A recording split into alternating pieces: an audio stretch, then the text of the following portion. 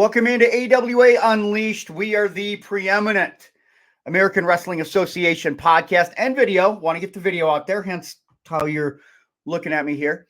My name is Chris Tubbs, but I am not the one you want to hear from because I'm just a guy. I'm the guy that pushes the buttons. I'm not the one that has the goods. That being said, let's bring in George Schire and Mick Karch. And guys, here we go again. I know that it's kind of a fun one because we've covered several topics, but ultimately this is about fans. This is about people wanting to hear what you guys have to say, and people have questions. So today it is a no DQ&A, which is all about listener submitted questions. But before we get to that, I want to ask you guys, feedback continues to be very positive, not to put ourselves over, because always willing to listen to any criticism, negative, even if it's there. But I got to admit, I'm having a good time, and it seems like people so far, guys, are really enjoying what we're doing. Absolutely positive response. And like you said, we want to hear if you think there's something we're doing wrong or that sort of thing. But we've had absolutely positive feedback. Everybody is telling us they're enjoying the show, enjoying what we're doing, that they're laughing. They're learning the inside, the little stories. We're going to keep it up. We're going to do a lot of shows on a lot of wrestlers, and it's going to get only better. We'll just keep telling you the main event is still coming. What I would say is, for us old school guys, it's so gratifying to hear and see how many people miss the AWA, how many remember the AWA, in this day and age of sports entertainment. We're still out there. It took a while to get the podcast going where we're talking about those memories, but here we are. Yeah. Before we get going into the questions here, let's go ahead and revisit last week's trivia question, Mick, because it was all about Bobby Heenan. And tell us the question again, and then also tell us the answer. The question was, who was the last wrestler that Bobby Heenan managed in the AWA before he went to the WWF? A lot of people said Mr. Saito. Probably the overwhelming number said Mr. Saito, but in actuality, and I think George could probably touch on this too, it was Harley Race. Harley Race was the last man managed by Bobby Heenan, and congratulations, Eric Martin, on winning this week's trivia. And George, I know that to go along with that, there's a certain point that I think you purposely, you intentionally left that out because you didn't want to kind of give a little bit of a teaser as to what that answer might be. Well, you will remember when I did the introduction as to when Bobby the Brain Heenan came to the AWA for the first time. And I purposely left off the name Harley Race as being the guy he managed first in 1967. Now you're going to say, well, he did this purposely. Well, I was testing you because wrestling fans always remember things that promoters don't want them to remember. And when Bobby Heenan came here in 1969 with Blackjack Lanza, the promoters never acknowledged that he had been here 2 years earlier for pretty much a coffee break, if you want to call it that. But he did manage Harley Race from October to December of 1967. And Chris, I had shared with you a program that shows him going against Vern Gagne. And Bobby Heenan is mentioned in that program story. And he wrestled Vern with his manager at ringside. But he was gone right after that and never mentioned again.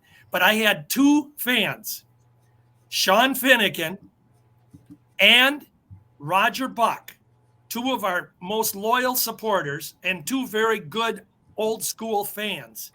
And there it is right there, George. There's the right. I think that's the program that you had sent me. And if anybody were to look at it, it's right in there in the middle, the third paragraph where it mentions his manager, Bobby Heenan. And that was from December of 1967. So he was here. Roger Buck and Sean Finnegan, they took me to task and said, "You left him out. Are we losing our minds?" And I said, "No, guys, you are right, and I will explain it." But I didn't deliberately leave him off on purpose. I did want to just not lead up to him being the last man to be managed by Bobby Heenan. So Bobby did full circle. He came in with Harley Race and he exited with Harley. Yeah. And again, congratulations going out to Eric Martin. We're going to have some trivia a little bit later on again. Let's go ahead and get to it, guys. We got a lot of listener questions here. The first one, and this is for you, George, from Jeff Sharkey. When did the AWA change from alliance to association? That's interesting, and that's something that I've discussed on our wrestling pages, and I was kind of surprised when Jeff sent it to me in a private message. But the answer is, as close as we can get it, was around 1970. But here's what happened. It was American Wrestling Alliance for the first 10 years in programs and on TV. And around 1970, all of a sudden, it was association. And I had a talk with Vern Gagne one time in the early 80s. And I asked him, when did it change or how did it change? And he told me it never did. He said it was always association. But the fact is, it wasn't. In the programs and in their articles of incorporation papers, which I have copies of for the AWA, it was the American Wrestling Alliance. So around 1970, with no fanfare at all. So kind of to piggyback off of that then, a follow-up. Why did the AWA, why did those tag team belts, the one that were worn by the Road Warriors, say alliance instead of association? Wow. When the Road Warriors won the AWA tag team title, they originally had the original AWA belts. Vern had new belts made for the Road Warriors, and he did what he usually did. He contacted his old buddy, Reggie Parks, in Omaha. Reggie was one of the great belt makers, and it's a little bit hard to see, but it does say Alliance on the belts that you're seeing on your screen right now. And what happened is Vern never told Reggie that it had changed to association, and Reggie went off of his great memory. He had worked for the AWA, and he made two belts with Alliance, and Vern got mad at him because he said it was always association. So it wasn't Reggie's fault. Reggie did what he was, but then Vern wasn't going to spring for two new belts. So the Road Warriors had American Wrestling Alliance, and that's how it happened. Why is it the wrestling business? You can't communicate. Why is the communication, guys, in the wrestling business? Why is it so bad? Like, why is there just gaps in logic when it comes to this? That's kind of just off the cuff. What are you talking about? Gaps in logic in professional wrestling? I know, right? Are you kidding? Maybe I'm watching a different product, guys. I don't know. Yeah, maybe I remember things differently. Wrestling and logic in the same sentence does not work. No, it doesn't. Hey, let's get to one for you here, Mick, from Len McElroy. Do you think Bruiser, and I've gotten a lot of Bruiser Brody questions, guys, and maybe we'll kind of revisit it or dive into it a little bit more down the road. But from Len McElroy, do you think Bruiser Brody would have made a good AWA champion considering his notoriety? Absolutely not. First of all, Bruiser Brody did not need the AWA championship. He didn't need any belt, really. I mean, he was enough of an attraction on his own.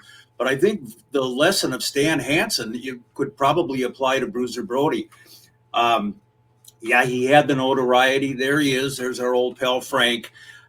He had the notoriety, but he also had the reputation of being his own man, his own rebel, and he basically could not be trusted in a lot of situations. If he didn't like the finish of a match, for example, he changed the finish in the middle of the match. I saw him in a match with Jerry Blackwell, and he walked out of the ring. He left.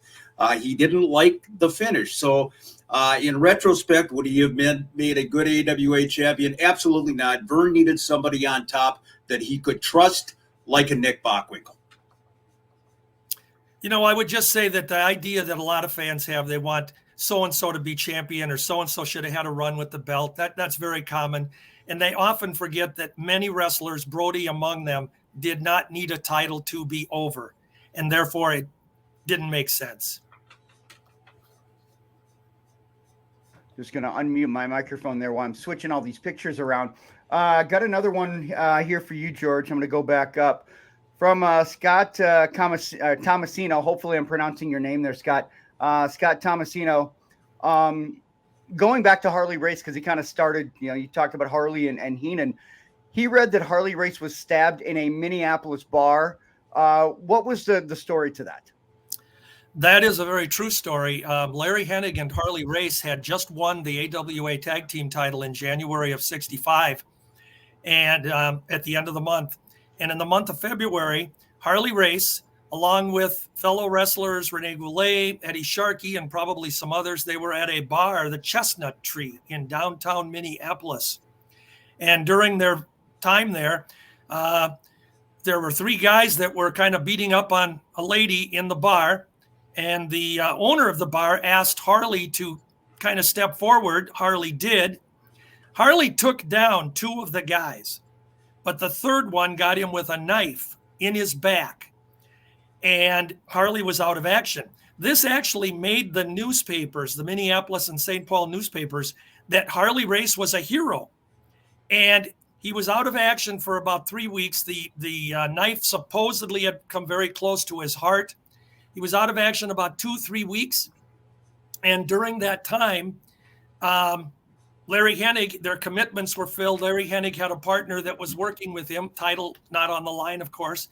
But the very great story about this, when Harley came back to action on the TV studio match, they introduced Larry Pretty Boy Hennig.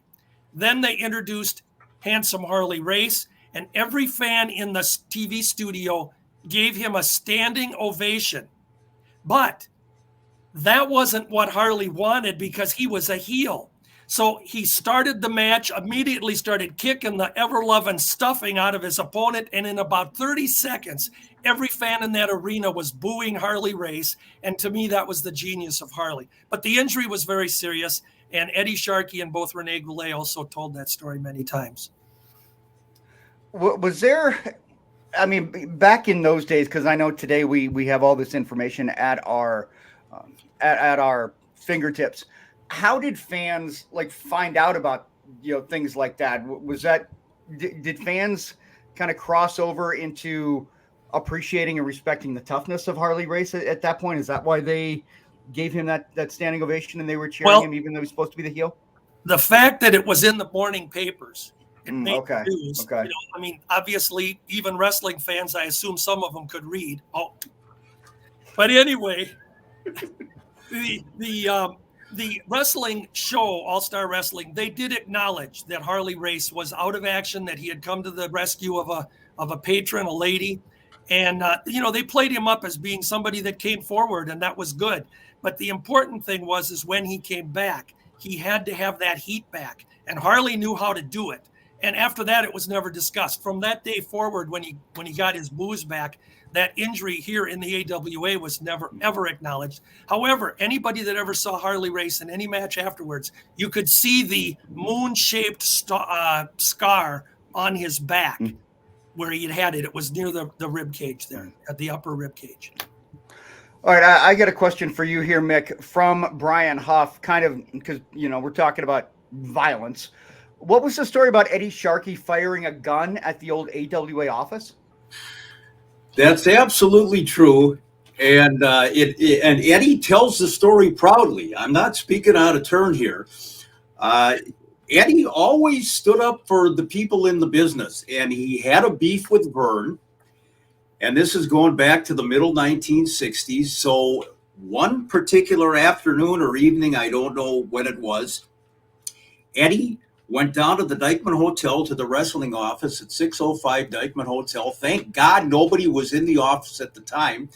And Eddie had a pistol with him, and he proceeded to, shoot through the window and shoot the walls of the wrestling office. And as a matter of fact, the story goes that they had a full-size cutout of Vern there in the wrestling office, and Eddie hit that one square between the eyes. Very proud of that. And there were no charges filed. Somebody very close to Eddie Sharkey said that Vern and Wally both told him, or told the person, get this message to Eddie Sharkey, not to have his henchmen come up to the wrestling office firing a gun anymore. Well, they knew that it wasn't a henchman, it was Eddie Sharkey. And Eddie proudly tells that story, and it's a badge of honor for him. Just real quick, another Eddie Sharkey, boom, boom, boom. Yeah. Had a little beef with a promoter in Wisconsin years ago and didn't like the payoff some of the boys were getting. So Eddie took an empty beer bottle to the promoter's noggin. Boom, knocked him cold. Well, the promoter, of course, takes Eddie Sharkey to court, and as part of his defense, Eddie is going to show the judge that the beer bottle, an empty beer bottle, is easily breakable, does no damage. Boom, yeah. Boom, boom. He hits himself on the head about 3-4 times. The bottle's not breaking. Eddie Sharkey, on the other hand, is on concussion protocol. And I believe Eddie wound up paying a fine for the whole bottle incident. But you got to love Eddie. Any Eddie Sharkey story that you've heard is true.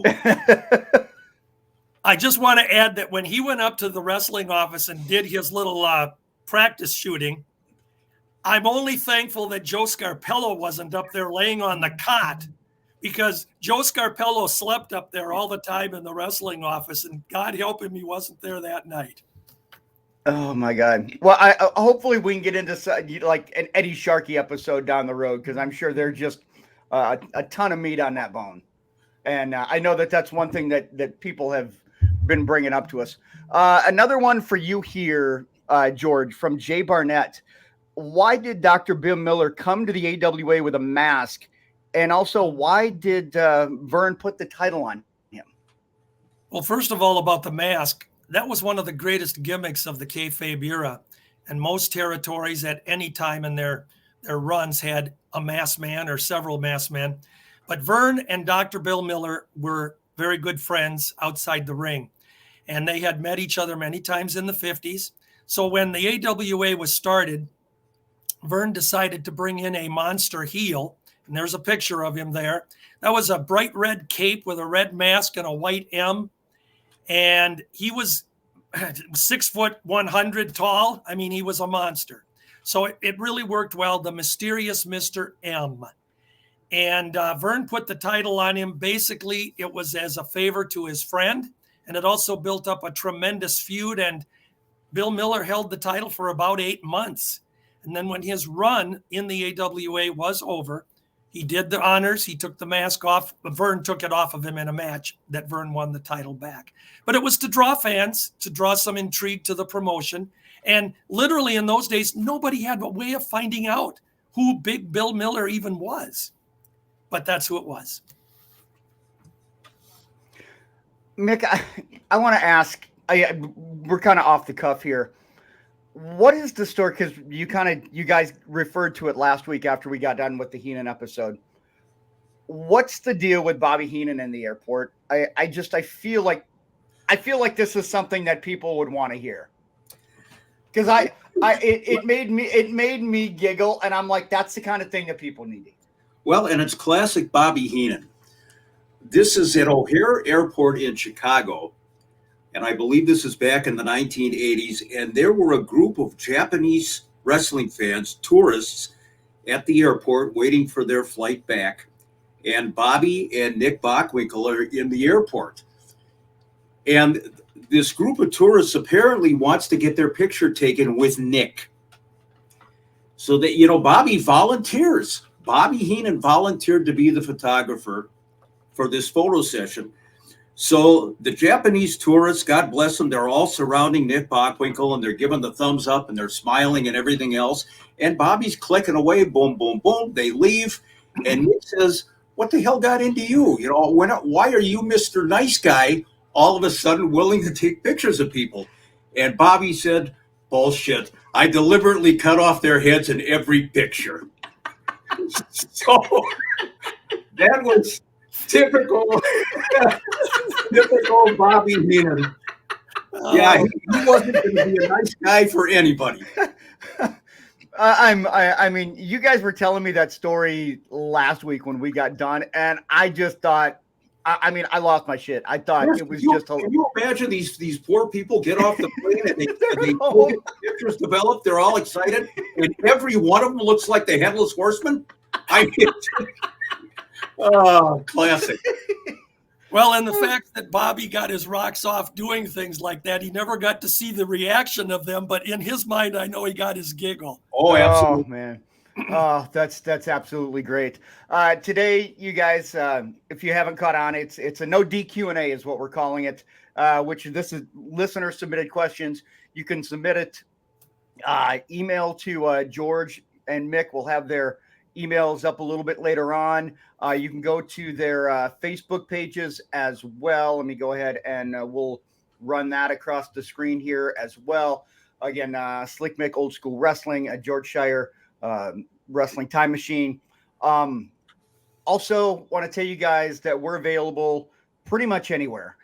Amazon, Apple Podcast, iTunes, Spotify, Pandora, YouTube, obviously. So wherever you get your podcast, just go ahead and click subscribe, and you can go ahead and get in on the fun here.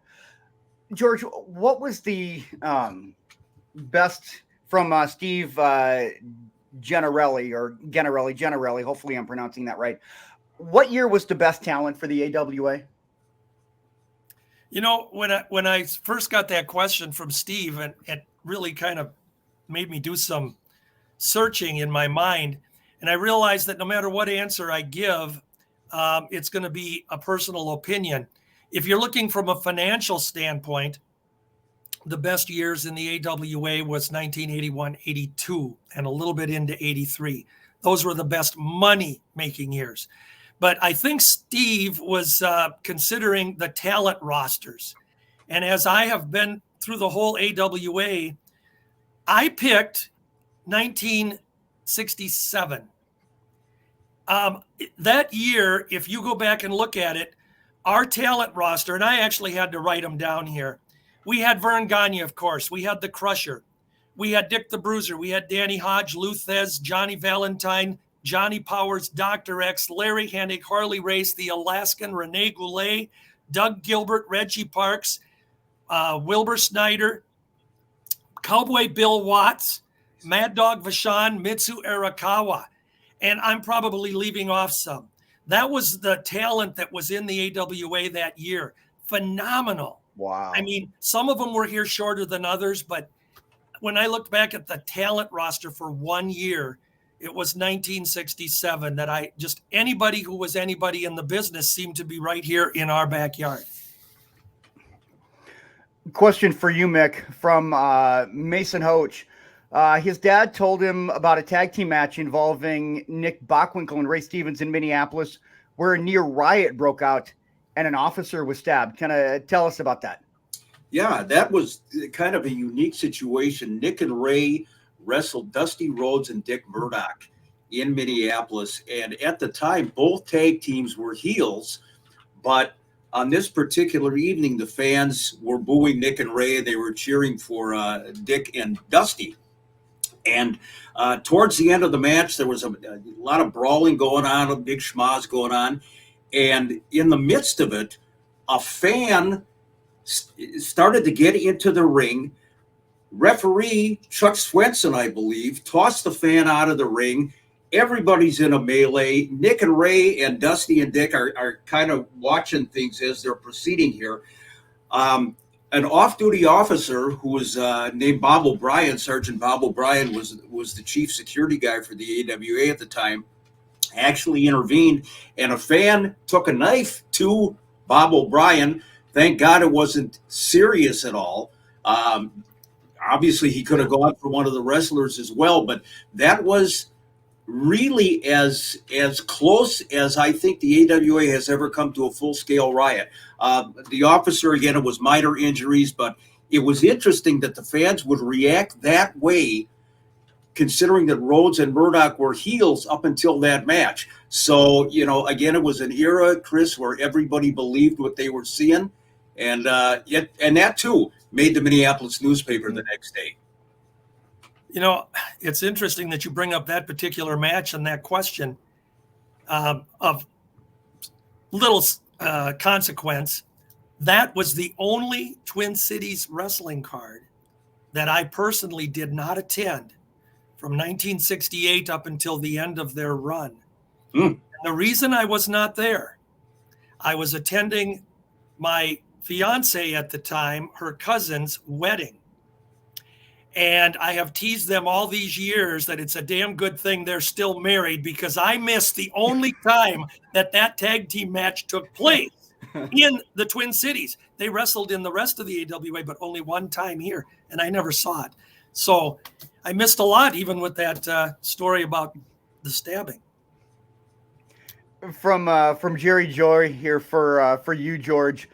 Who was the one wrestler who wasn't a regular in the AWA that you wish could have had a long program versus Nick Bockwinkel? That wasn't a regular in the AWA. You know, there again, when I saw the question, I went, wow, this really scans the time. And I think the one wrestler, if I could have picked one guy to go against Nick in a program for a while, I came up with Johnny Valentine. Johnny Valentine was, by all accounts, as tough as they could be. And anyone who ever worked with him said that Johnny, he made you believe. And he even said that, you know, if you call wrestling fake, fine, but I'll prove to you it isn't. And he went in the ring with every opponent, and he was so good at making you believe. And after seeing him in 1967, and I actually saw him as a little kid in the 50s too, but he would be my guy. I'd have loved to have seen a program between him and Nick. And in that case, Johnny would have been the baby. This is AWA Unleashed. It's a no DQ&A, as you guys can tell on the bottom. If you've got a question, hit us up on Twitter at AWA Unleashed, Facebook as well. You can see at Mick Karch, Slick Mick, Old School Wrestling, or George Shire's Wrestling Time Machine. Got one more here for you, George, before I got another one for Mick. This one from Sean Castro said he remembers a match in Davenport, Iowa that Blackjack Lanza unmasked Dr. X, and the announcer said he was Bob Marshall, and he wants to know, was that a different wrestler under the mask? Well, first, let me correct Sean. It was not Bob Marshall, as he questioned it. It was Bruce Marshall. And the answer to your question is no, it was not a different wrestler under the mask. It was Dick Beyer. For some odd reason, when Beyer was unmasked in Davenport, also in Duluth and Winnipeg, he was unmasked by both Paul Diamond and Blackjack Lanza. So he was unmasked at all those locations? And again, we didn't know this in kayfabe era. We had no way of finding this out, okay? So it was never acknowledged in any other city. But he was acknowledged or introduced as Bruce Marshall. And I talked with Dick about that. And it was a rib that they were doing on a local friend in Duluth. And they put Bruce and Marshall together, and that was his identity. And that's what he was given. When Dick wrote his book, Masked Decisions, he brings up those incidences in there about being called Bruce Marshall. And he never mentioned the St. Paul match where he took his own mask off and revealed himself as Dick Beyer.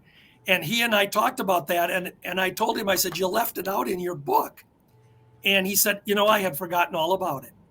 So that's something that's not in his book, but it did, Mick knows it did happen here. He was Dick Beyer, the only place, but it was Bruce Marshall, same guy. Here's a question for you, Mick, and I know this is something that we're going to cover in detail down the road, is Wrestle Rock. And this is from Jason Biaggi.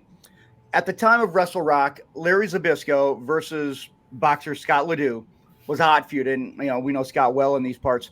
How did Ledoux make his way to the AWA? I was kind of wondering that too. I think Scott Ledoux was just one of those local celebrities that Vern kind of latched onto, got the rub a little bit from another sport. Ledoux was such a local hero. I believe it was Larry Holmes that he got into the ring with, and he gave such a great accounting of himself. There's a picture of the late Scott Ledoux. What a great guy he was. And Vern had actually, tried this similar kind of thing also with Benchwarmer Bob Lurtsema of the Minnesota Vikings. He brought Bob in as a referee and then got him involved in some angles and programs as well. So Vern liked to get that local tie-in, that local flavor, and Scott Ledoux was just picture perfect for that angle with Larry Zbyszko. And, may I say, in that match, Ledoux hit Larry Zbyszko. God bless Larry. He took a shot to the jaw. And he did the backdrop and sold it like hell, but it was very believable, and it was a red hot angle for a while. But it was just Vern, attaching to the local sports community. Was there ever any concern that Scott might go a little heavy because he was a professional boxer, or was it always just kind of a working punch? Or I mean, how was he received when he was coming from that side? Everybody was great with it. I mean, and they work with these guys pretty often before they give them the green light to go ahead and go in the ring. So, like I say, Larry sold the punch like crazy. Maybe he didn't hit him as hard as it looked like he hit him. But no, Ledoux knew what was going on. And basically, and Lurtsema did too. They smartened the guys up really well before they would put them in front of a big crowd. Well, how long did Benchwarmer Bob, I mean, how did he do in terms of being able to acclimate to the business? Well, not very well. I think Benchwarmer Bob was more of a comedic character than Scott Ledoux was. And that kind of, was a transition, not even much of one from the character they gave him on TV.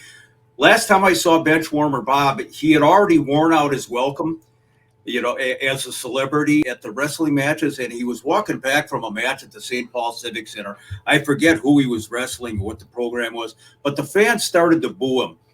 And good old Benchwarmer Bob from the Minnesota Vikings flipped off the fans. And, so I started thinking to myself, you know what, Bob, maybe the wrestling business isn't for you. If you're going to let a couple of boo birds get under your skin like that. Did you want to say something, Joe? I'm sorry. I was just going to say, the name Benchwarmer, that says it all. He didn't really have that fantastic of a football career, but he was kind of a cult hero, and that Benchwarmer Bob nickname hung in there. And so, it was a couple paydays for him, but in the end, it wasn't the best fit. Hey, here's one for you, George, from Alan Jendrick. Were there any wrestlers that had legit heat outside the ring with other wrestlers? Yeah, there were. A lot of wrestlers could have heat with another wrestler, but realized that they could make money in the ring. And so for whatever reason, they were professional enough to be able to step into the ring and put those differences outside that they have and then of course the reality is their feud, their programs together looked so much more real. And I think the one that just has to come to mind is Larry Hennig and Vern Gagne. And I would throw my buddy Stan Kowalski in there with Vern Gagne. They both had legit heat with Vern outside the ring. They were not close. You're not going to see them attending a picnic together. But when they got in the ring, it was money, and they knew how to make it work. And so within the AWA, I think those are probably the two classic ones. The other thing is, and in our politically correct world, we don't really like to say this, but I will share one that there was one. Harley Race, he had issues with Sailor Art Thomas and Ernie Ladd. Harley mentioned a few times that he didn't want to be in the ring with them. And we'll just leave you read between the lines on that. But that was kind of legit heat. But when they got in the ring, Harley wrestled Sailor Art a number of times in their matches. I mean, they were good. And they gave you the impression that, Harley didn't like him and Art wasn't happy with Harley. So I think those are things that, Jandrick was asking, and AWA wise, it'd be Hennig and Gagne for sure. And we could go into a whole program on that behind the scenes, and maybe someday we will, but they just plain didn't like each other. Yeah, I think it's a great idea. As we continue to dive in, excuse me, a little bit deeper, we'll definitely take a deeper dive into that one. Got one here for you, Mick, from Diana Sundstrom. What was the story with Marty ONeal making a blunder on TV about a preliminary match on a card with a Battle Royal main event? It's going to be a Battle Royal in St. Paul, and the preliminary matches are going to be drawn from a hat on television. Draw one wrestler's name, then another wrestler's name, and those two guys would pair up against each other in one of the preliminary matches. So Marty has drawn names one at a time, boom, boom, boom, and he's announced probably 3-4 matches, and he comes to the name Chris Taylor.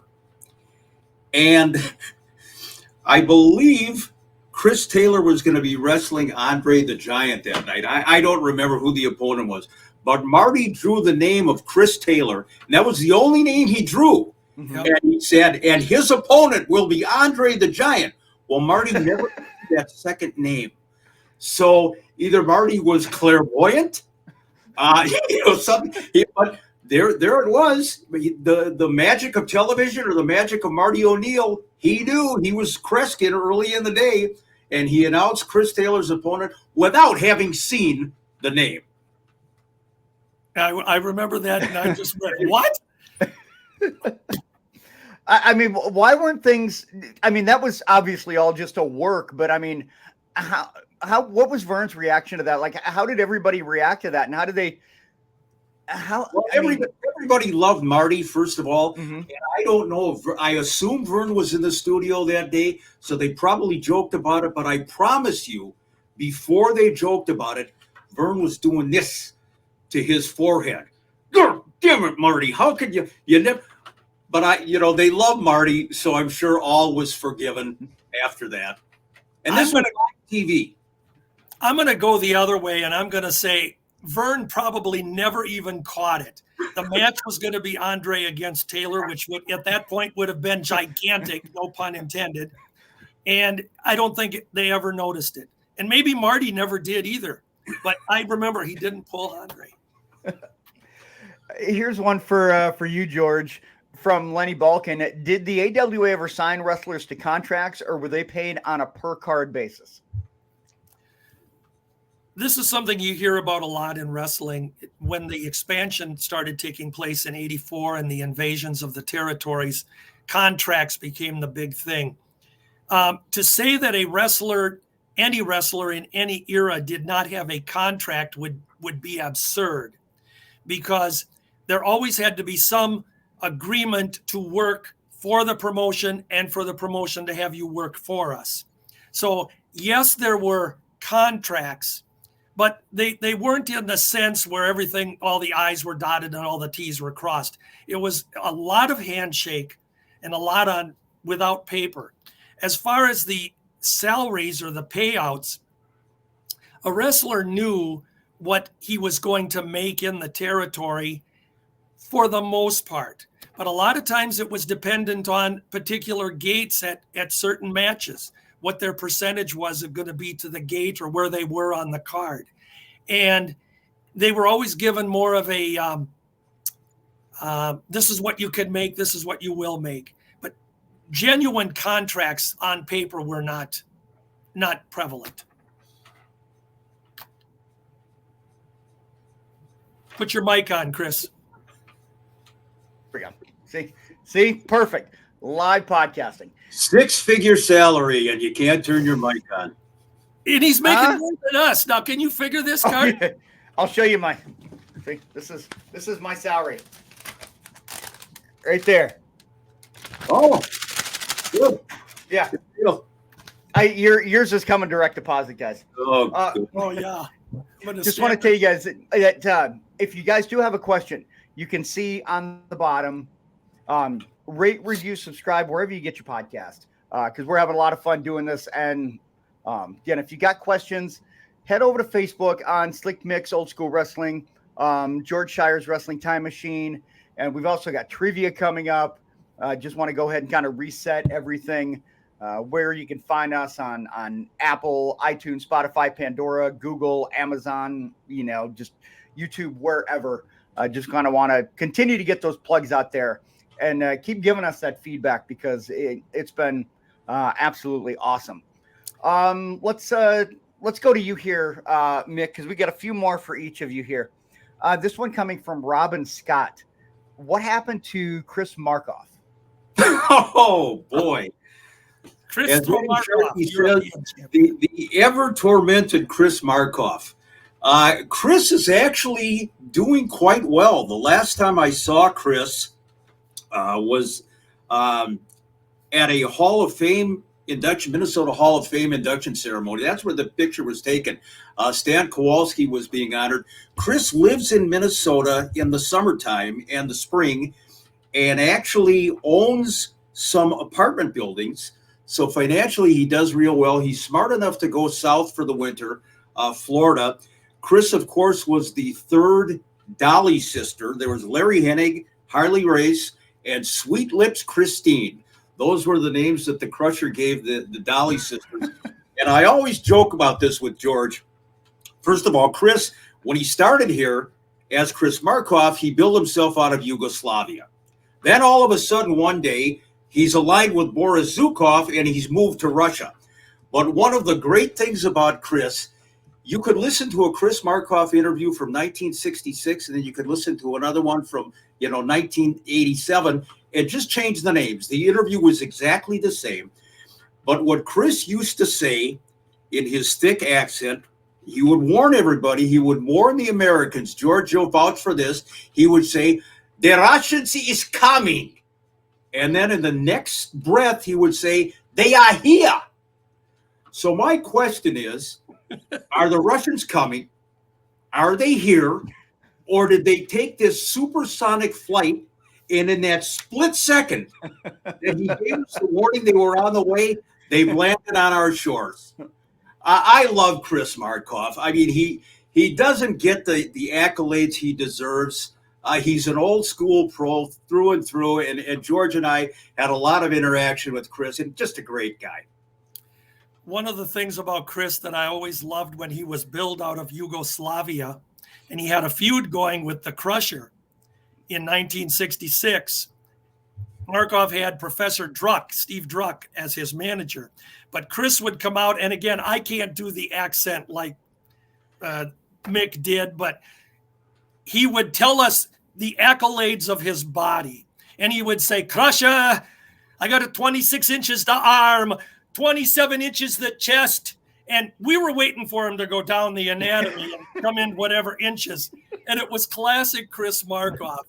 So he was quite the deal. He had a great run with the Crusher, man. But 26 inches, and then we're saying, "Please don't go down any farther, Chris." That's enough.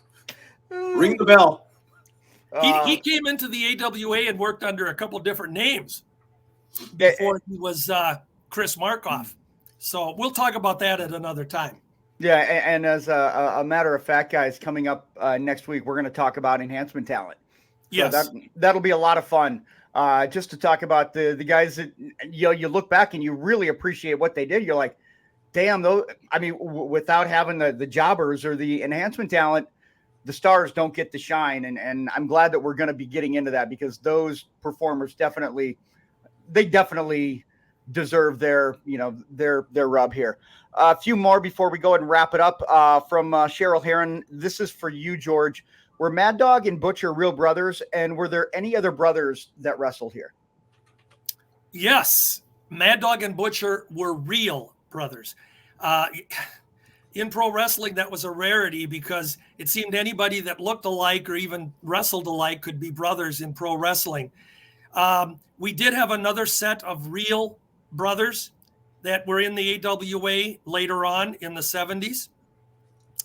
But before that, no, Mad Dog and Butcher were the only real brothers. But we had the Kalmakoff brothers here. We had the Nielsen brothers here. And going even earlier in the Minneapolis territory, we had the Brunettis and the Lasowskis. none of them were brothers. So Mad Dog and Butcher, real life brothers. They had a fictional brother that worked with them, Mad Dog and Butcher, and that was Eric Pomeroy, who was a Canadian wrestler who worked under many names, and he wrestled as Stan Vachon in the South with Butcher and Mad Dog sometimes. I'm just blown away by the fact that there's, in wrestling, there are not real brothers. I'm sick to my stomach. I just can't get over all the stuff that I'm learning about the business today. The one thing that I thought was always interesting about the brothers is when Gene and Lars, Mick, you're trying to insinuate something here, and you shouldn't do that. When Gene and Lars Anderson, when Gene and Lars Anderson were in the South, Vern would never acknowledge that they were brothers. He always would refer to him as Lars Anderson, but never mention Gene. In fact, some of the pictures that the AWA posted of Lars Anderson had Lars Heinemi under them. So he divorced him from Gene. And most AWA fans would tell you that if we could have had a set of fictional brothers come here, it would have been Gene and Lars, and later Gene and Ole. They would have fit in so great, but they made their money down south. We got about 10 minutes here, guys. From Douglas Oswald, this is for you, Mick.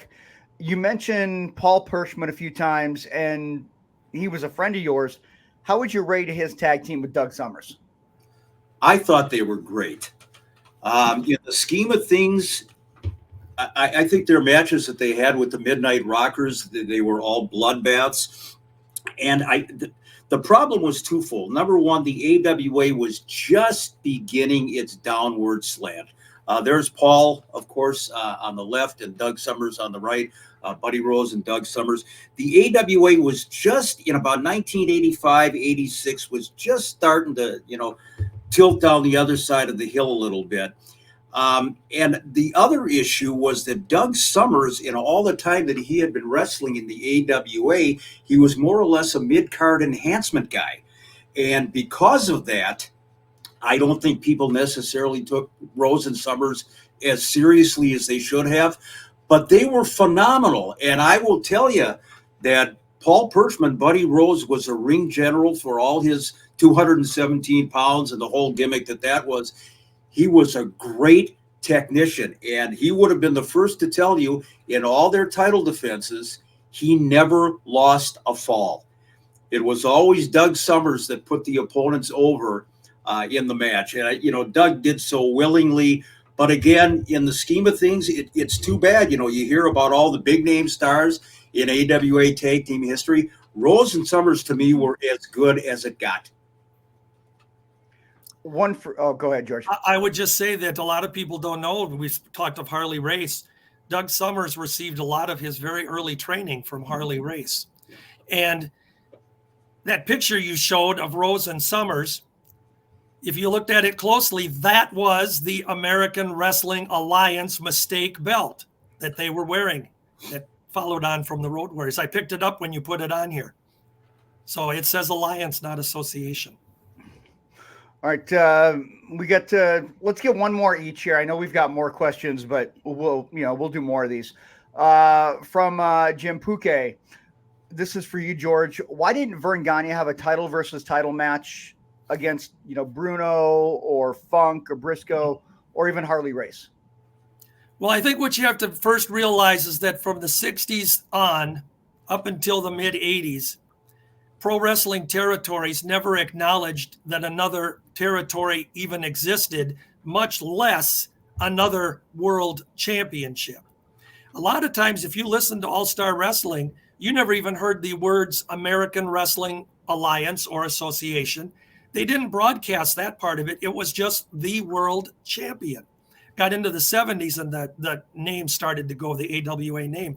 But for that very reason, having a title versus title match in the kayfabe era just wasn't going to happen because, number one, they weren't going to acknowledge another champion or even put over another territory's champion.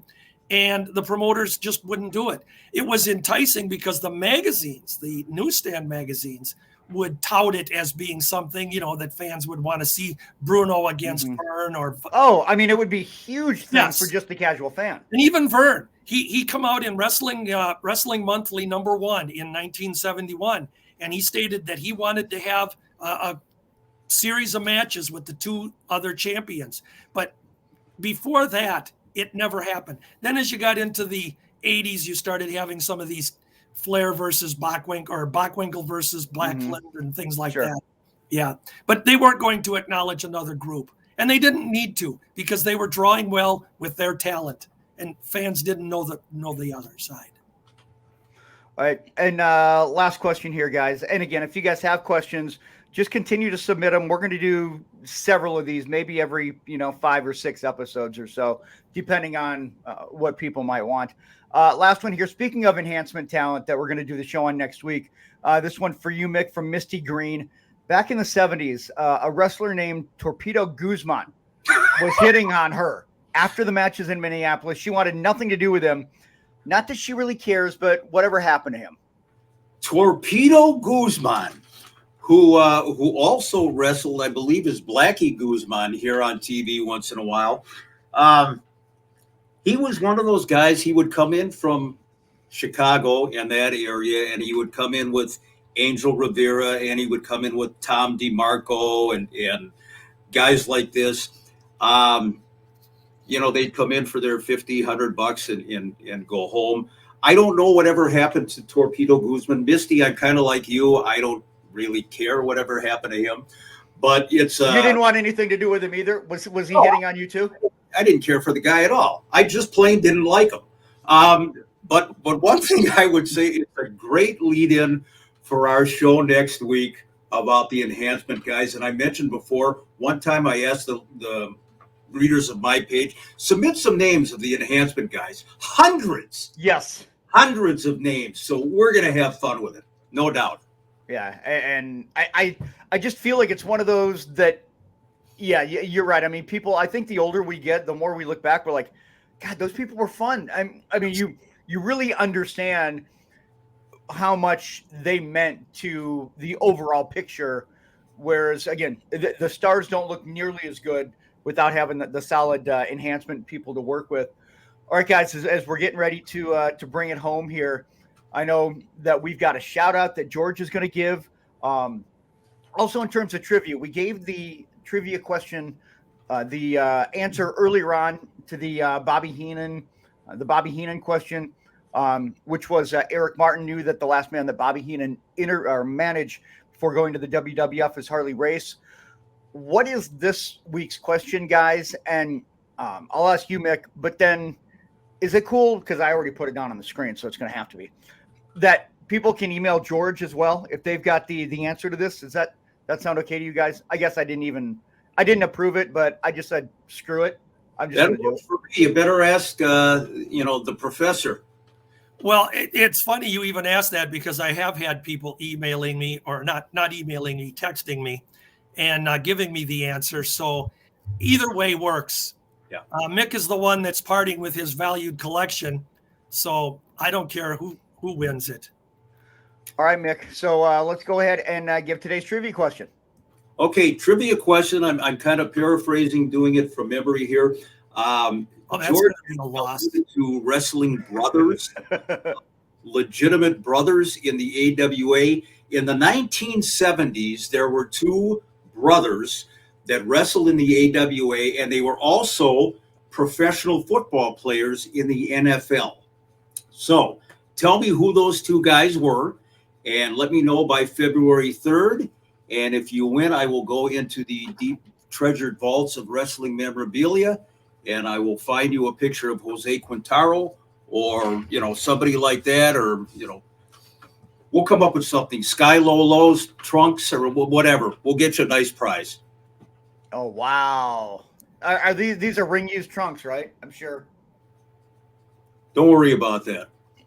Well, don't worry about ring used trunks. Don't worry about Chris Markov's dimensions. Don't worry about Schire burying all the wrestling fans. Don't worry about any of it. Have a good time. Podcast. I figure it all works together, ring used trunks, lower dimensions. It all fits together. George Schire, absolutely. Oh, all right, George. Speaking of you, we're going to give you the last word. Last week we started the shout out. Mick gave one out to Brandon Deck. You, my friend, have the final word with this week's shout out. I want to acknowledge this week's fan and friend, my buddy Al Nichols. Al, you have been one of the most fun people to talk with about pro wrestling. You've got a great memory of many things that happened.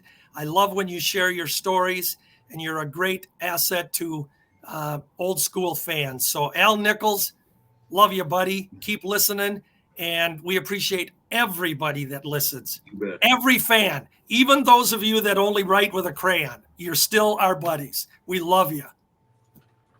Well, shit, I can't believe we're going to end on that note.